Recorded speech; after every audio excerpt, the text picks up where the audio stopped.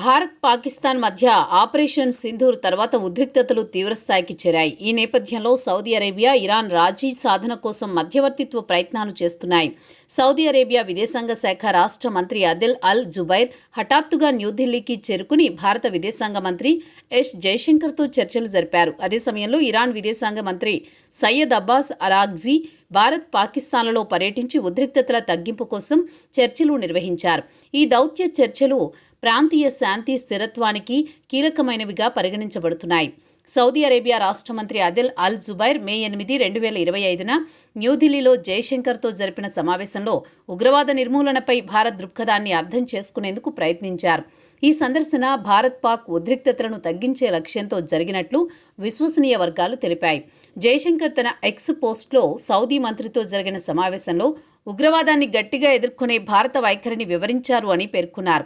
Saudi Arabia Islamic ప్రపంచంలో ప్రభావవంతమైన దేశంగా ఈ సంక్షోభంలో తన పాత్రను బలోపేతం చేస్తోంది. గతంలో కూడా సౌదీ, భారత్, పాక్ సంబంధాల సమతుల్యత కోసం ప్రయత్నించిన చరిత్ర ఉంది. ఇరాన్ విదేశాంగ మంత్రి సయ్యద్ అబ్బాస్ అరాగ్జీ కూడా ఈ సంక్షోభంలో కీలక పాత్ర పోషించారు. ఆయన హఠాత్తుగా పాకిస్తాన్ను సందర్శించి అక్కడి నాయకులతో చర్చలు జరిపిన తర్వాత న్యూఢిల్లీ చేరుకుని జైశంకర్తో సమావేశమయ్యారు. ఇరాన్, భారత్, పాక్ మధ్య శాంతి స్థాపనకి దౌత్య కార్యాలయాల సహకారంతో పనిచేస్తామని ప్రకటించింది.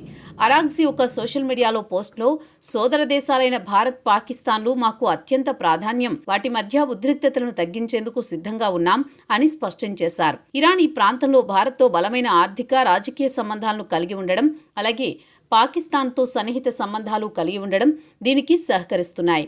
ఆపరేషన్ సింధూర్ తర్వాత భారత్, పాక్ సరిహద్దుల్లో యుద్ధ వాతావరణం నెలకొంది. ఈ ఆపరేషన్ ఉగ్రవాద కార్యకలాపాలను అణచివేసే లక్ష్యంతో జరిగినప్పటికీ దీని పర్యవసానాలు రెండు దేశాల మధ్య ఉద్రిక్తతలను మరింత పెంచాయి. ఈ సందర్భంలో సౌదీ అరేబియా, ఇరాన్ వంటి దేశాలు శాంతి చర్చలకు మధ్యవర్తిగా వ్యవహరిస్తూ యుద్ధ వాతావరణాన్ని నివారించేందుకు కృషి చేస్తున్నాయి. ఈ దౌత్య ప్రయత్నాలు దక్షిణాసియా ప్రాంతంలో స్థిరత్వాన్ని పునరుద్ధరించడంలో కీలక పాత్ర పోషిస్తాయని విశ్లేషకులు భావిస్తున్నారు.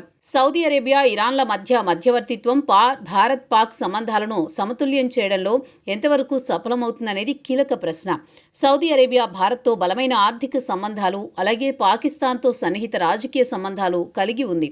ఇరాన్ కూడా భారత్తో చాబహార్ పోర్టు వంటి వ్యూహాత్మక భాగస్వామ్యాలను కలిగి ఉంది. ఈ దేశాలు రెండు వైపుల నాయకులతో చర్చలు జరపడం ద్వారా సంయమనం, సంప్రదింపులకు మార్గం సుగమం చేయగలవు. అయితే భారత్ ఉగ్రవాదంపై గట్టి వైఖరిని కొనసాగిస్తుండడం, పాకిస్తాన్ దానిని ఖండిస్తూ వ్యవహరించడం వంటి అంశాలు ఈ చర్చల సంక్లిష్టతను పెంచుతున్నాయి. భారత్, పాక్ మధ్య ఉద్రిక్తతలు తగ్గించేందుకు సౌదీ అరేబియా, ఇరాన్ చేస్తున్న దౌత్య ప్రయత్నాలు ఆశాజనకంగా ఉన్నాయి.